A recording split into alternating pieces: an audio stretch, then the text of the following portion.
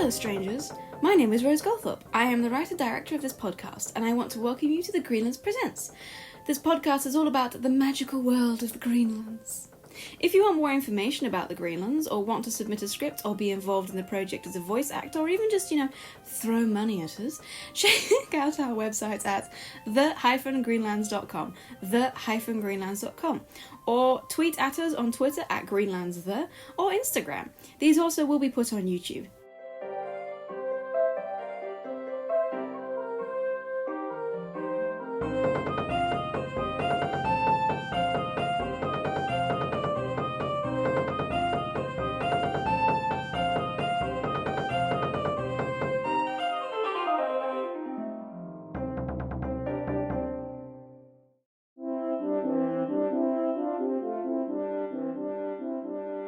I'm very excited for this new season called The Baroness's Beef. Called that because she has beef with everyone. It's a problem. As with the previous two seasons, we meet a new cast of people and also meet some old returning favourites. This season, we get to meet Adamant's family and find out why it is that he is like that. The events of this season occur while the boys are away at school and then on their quest to the Sisters of the Middle Sun, so it runs parallel to the Night's Erratic. As more episodes from this new season come online, we will be removing old episodes of The Night's Erratic and putting them up on YouTube and on an archive on our website on thegreenlands.com. For this episode of The Baroness's Beef, I would like to thank our amazing cast: Andrew Veale, Charles Knode, David McCran, Helen Varey, Kitty Bennet, Linda Dootson, Sam Parry, Sophi Cole, Vicky Holding and Zoe Cunningham. I hope you all have a lovely and fantastic week.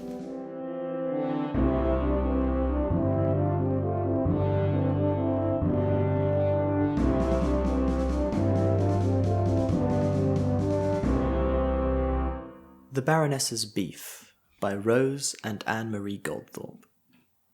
Scene 1. Beyond a calm, lucid lake, beautiful, ineffable woods, and the pretty, picturesque village with its homely inhabitants, we find the frantic, ill-organized morning preparations of the Baroness and her family, the Breathnocks, to meet a visiting countess over breakfast. A plain, middle-aged woman, Imelda, the companion, comes in and rouses the Baroness from her sleep. The Baroness, a blonde beauty in her late 30s, early 40s, is wearing a mud pack. She sits up, smiles, stretches, and then suddenly remembers something alarming. She throws aside the covers, leaps out of bed, and starts hurling orders at Imelda, while rushing about, getting her clothes out and rubbing a stone egg up and down her arms. The Baron, a big hairy man with small undertusks, appears from the dressing room and looks inquiringly at Ethelberta. The Baroness pushes him back with lots of arm-waving and instructions, while Imelda gets the Baroness's clothes ready. Clothes on, please! Imelda offers up a underkirtle. Not that one smelly, the crimson, the crimson! Ethelberta is throwing clothes out of her chest onto the floor while muttering. The Baron reappears at his door with a short green robe which he offers for approval. Not outdoor ruffery today. The silver braid one, silver braid, Harold. Imelda attempts to help the Baroness put on this crimson underkirtle, but the Baroness sweeps past her with dismissive fingers. The guard robe. The Baroness sweeps under the open arch into the Baron's bed/dressing room area and pulls aside the curtains of the garderobe, where the Baron has just piled up his gown and is lowering himself onto the seat. The Baroness grabs him and hurries him off quickly aside. Oh, do you mind? Can't a fellow have a dump in the morning? The Baroness hisses desperately and vehemently. The Countess! The Countess! Is that all? By Zog, that spear, you'd think the enemy was approaching instead of a blasted toffee-nosed woman here for breakfast. The Baroness rolls her eyes and starts to hoik up her chemise and sit down. Scene 2. Interior castle dining hall. Morning. The Baron and Baroness are seated, irritably and anxiously respectively, at table, looking up for arrivals. Their two children appear, Yuisa, who is beautiful, blonde, and 17, and Burb, 12 years, who is chunky, has his father's underteeth, and is a bit sullen.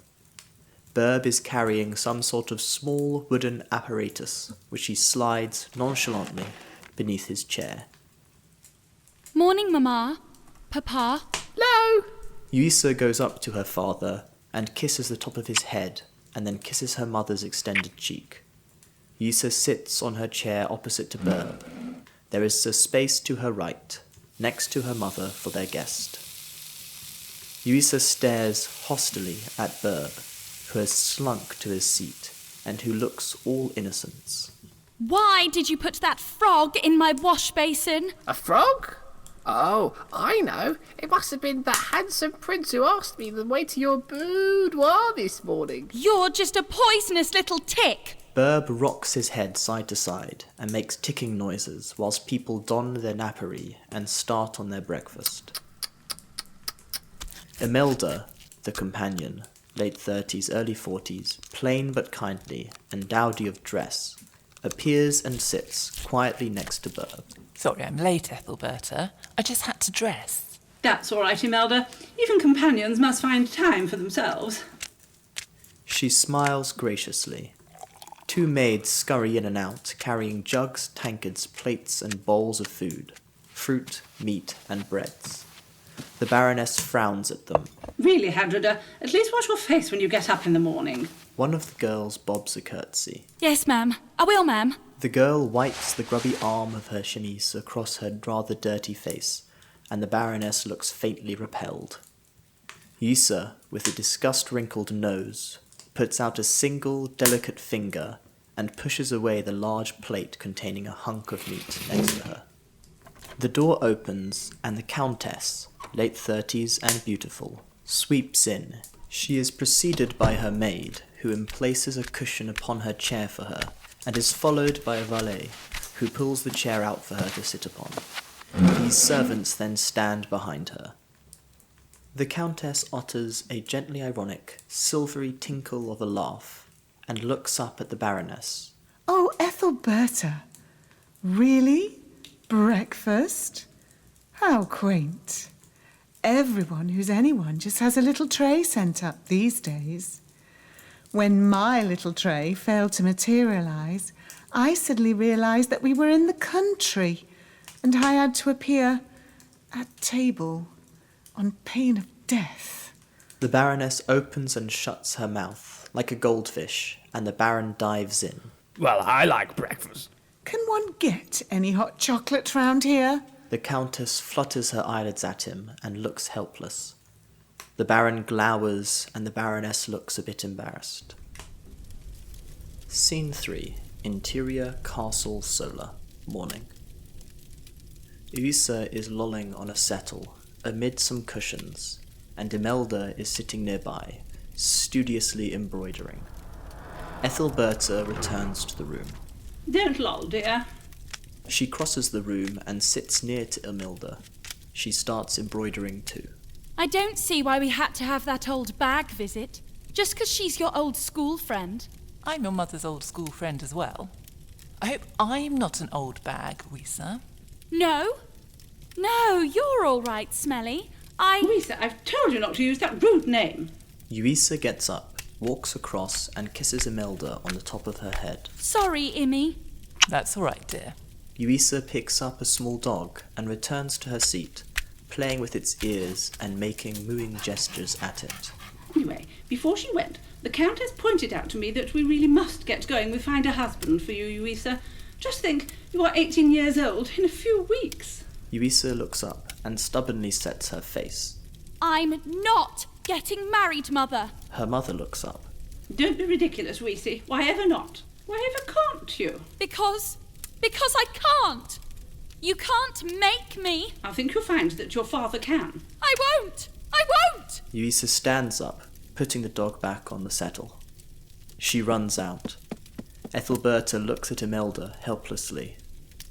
She sighs and then shows her embroidery to her. Should I use a chain stitch here, Smelly, or would an infill stitch look better? They both crane back, adieu, and study the embroidery, which is being held up at a distance. Scene 4. Exterior Castle Garden. Morning. Ethelberta is walking around a garden. She passes two gardeners who tug their forelocks. She points out and fusses about several things, and they nod obediently and confusedly at her many pointings and orders. Ethelberta sails on, confident in a job well done.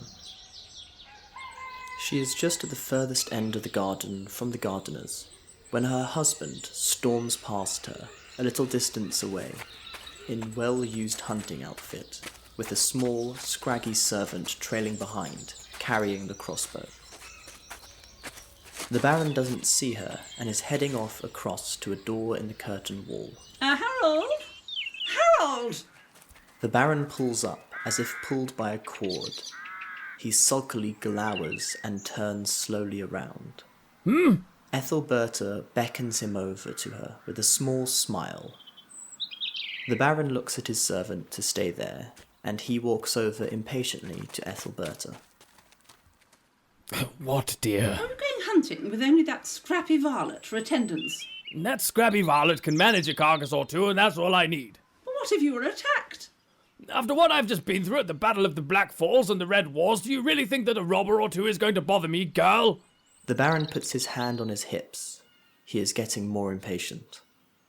He is a big, chunky, angry-looking man-goblin. Ethelberta sits down on the bench. That's not the point, Harold. The Countess said that no one who's anyone goes anywhere without their band of loyal retainers, and... Well, if that toffee-nosed bag wants to retain a band of layabouts, eating their heads off and seducing the wenches, she's welcome to him. I am not wasting my money on loads of guards. We don't need them. Isabel should know about these things, though, because she's a high elven aristocrat, and, well, she knows that I'm only a merchant's daughter, of course, but... Well, that's a load of sows in a cesspit, because her mother might have been a pure elf. But she was only a draper's assistant, though, anyway, eh? So keep that in mind, Carl. He strides off towards his servant. Don't forget lunch, dear. We're having the Fitzherberts. He throws his hands in the air as he goes out of the garden door. Well, I'm not eating them. Ethelberta looks bemused. Burb appears out of nowhere at her arm. Mater, can I have 2 groats? What for, dear? Oh, just this project I'm working on. Ethelberta hands him a couple of coins from her scrip. As long as you don't go near that dreadful sweetmeats shop and make yourself sick again. Thanks, ma'am. He races off, and Ethelberta continues looking after the direction where her husband disappeared to. She sighs. Scene 5, Interior, Castle Solar, afternoon. The Baroness is seated at a table, writing with a quill and ink in a mortar. She removes the plate from the top of the mortar and then pours a little ink from a clay-sealed bottle into it. Your most profound and very grand Duchess of the Great Lands, it is your friend, the Baroness Brethnack, who pens you a little line to ask how you fare at this time. I was so pleased to hear about your magnificent presentation at court and the lustre of your retinue that I reminded my lord the Baron that we, too, though not as illustrious as your munificent selves, must keep a retinue as is suitable to our standing also. We look as well to the return of our eldest son from his knightly training, upon which said son will most likely then undertake the training of these armed retainers. My family and I live but to breathe the air of your exalted exhalations, my lady. My invitation to you and your kith and kin remains ever open, and I subscribe myself your ever humble servant, Ethelberta, Baroness Brethnack. Ethelberta puts down her pen when she has finished reading what she has written. She sits back in a fug of aristo worship and a dreamy smile on her face. She turns her head to one side and looks out of the window. She stiffens and looks more closely. There she sees, on the lawn in front, Burb, sitting on a low wall with his tongue out, skinning a couple of rabbits his father has shot, and the Baron, from behind, with his hands down his nether hose, having a good scratch. Ethelberta grimaces, exhales hopelessly, and turns her head away, putting her hand up to her forehead in despair at their vulgarity.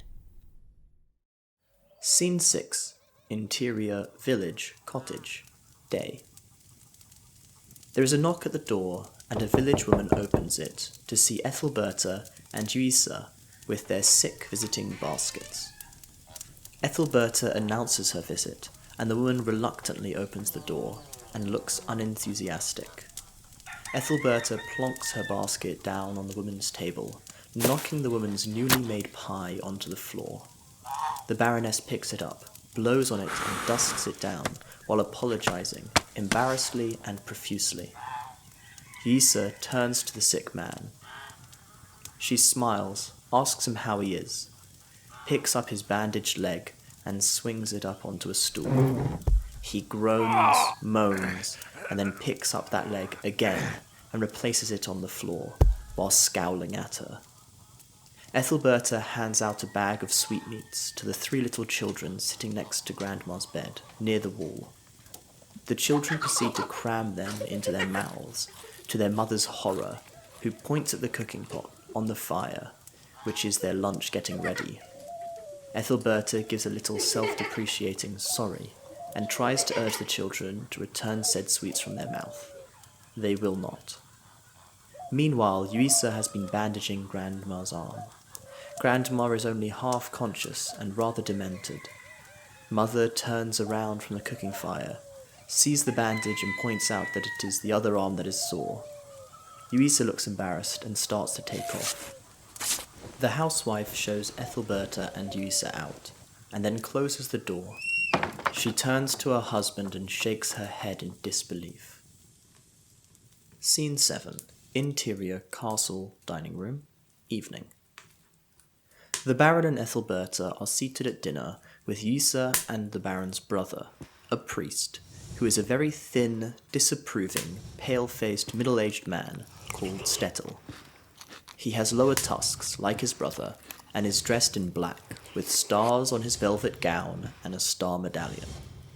Ethelberta helps herself to some pudding, while Stettel picks, suspiciously, at a small portion on his plate, examining the spoon's contents each time. Have you heard that it is your niece's birthday in a few weeks, Stettel? Oh, really? Uisa smiles at him, but he ignores her. I have to find the wench a husband now. I'm sure that any discerning nobleman would be delighted to wed my little girlie, though. Father? We're going to have a little party, you know. I'm afraid, however, that my poor priestly allowance will not allow me to go frittering money on presents, you know. I would, but my glebe is so very small, you see. No, we don't expect presents, brother. But we do hope you'll come along to the festivities, though. He waves his spoon merrily at Stettel. Now, if your Baroness' priest's living were to be given to me, together with my present glebe, I think I could see my way to finding a present. I can't turf old John out.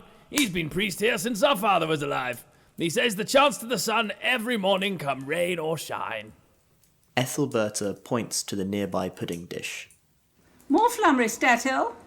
No, thank you. But if there are any leftovers, I would gladly take them with me to help eke out my week's food allowance. The Baron picks up a jug of wine. Pass the wine to your uncle, Uisa. Oh yes, did you find that hogshead of wine and those 2 sides of bacon I sent down to you? I had a little of them, yes, thank you. Well, we'll have to send you down some barrels of apples and a couple of beeves as well. To go with the 4 bushels of grain, the 3 lambs, and the 20 jars of my best plum jam he received last week. Indeed. He looks heavenwards. A lone bachelor has to shift as best he can. At least I have the help of the stars. Uisa and Ethelberta roll their eyes and look disbelievingly at each other. Scene 8. Interior castle, Uisa's bedroom, morning. The room is a terrible mess, with clothes strewn everywhere over chairs, chests and bed, which is unmade. There are cages of animals and birds with pieces of meat next to them, or cups of liquid. Uisa is wearing a belted short gown and hose with a jerkin, like a man. She is feeding one of her birds and cooing at it. Ethelberta strides in. Uisa, I want to see if... What is that smell? horrible. And how many more animals have you got this week? This is getting ridiculous, Louisa. No, it's not. They're mine, and I love them all. Clarissa and I are going to rescue the woodland animals before Father shoots them all for dinners. Oh, yes. I can really see Lady Tiffay putting up with hundreds of cages in Clarissa's bedroom. Ethelberta starts picking up clothes and folding them in a cleared space on the bed. This mess won't do, Issa. Also, that outfit you're wearing won't do either. You're running wild like a tomboy. No one's going to marry you looking like that. I only borrow Burb's clothes when I have to do stuff. You are not to wear men's clothes outside, you know. You are a nobleman's daughter and not some sort of savage. And you've only got to use the side saddle as well. We don't want any of that bifurcated leg business. Issa nudges her mother's arm softly. I don't like to tell you this, Mother, but your own legs bifurcate when you walk. Issa leans in towards her mother. I've seen them. Ethelberta sails out with her nose in the air. That was quite unnecessary, Issa. Issa grins. Scene 9. Exterior castle courtyard, later. Issa mounts her little horse. She is wearing Burb's hose still. She sits down into her saddle with a thump, looks pleased with herself, and swings her legs backwards and forwards before putting her feet into the stirrups. And this is quite unnecessary too. Issa then takes a deep, contented breath and trots happily out of the courtyard. That was an episode of The Baroness's Beef from the Greenlands Presents. I'd like to thank the amazing Steve Cummings for editing this episode. We're just a small podcast, we don't have any marketing budget or anything, so we rely on word of mouth to get to people to hear us. If you like us or think someone else should listen to us, please drop us a like or review or share us on social media. Tag us and we will love you forever. If you want to know more about the world of the Greenlands or just want to sell a soul to an ancient and dark nature god, check out the-greenlands.com. The-greenlands.com. If you want access to our podcast archive and previous seasons, check out our YouTube channel at The Greenlands Official. We love you all. Please don't get stepped on by any large dragons. See you next time.